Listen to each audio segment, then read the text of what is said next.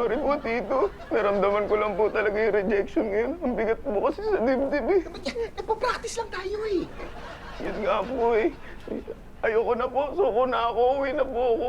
Sigurado matatanggal na po ako ngayong buwan kapag hindi pa ako nakakota. Sige po, Tito. Tutuloy na po ako. Teka, sandali.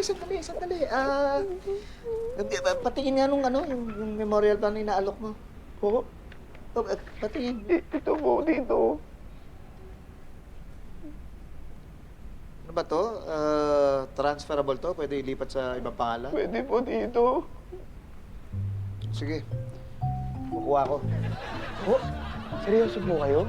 Oo. Eh, meron na po kayo, di ba? Ba't po kayo kukuha? Wala. Gusto lang kita tulungan na makakota. Tsaka para hindi ka panghinaan ng loob. Talaga po? Oo, issue lang ako ng cheque. Naku, thank you po, Tito. Salamat po. Okay na. Teka, okay na. Okay na nga. Okay na. Ito na. Teka dyan. Sabi ko.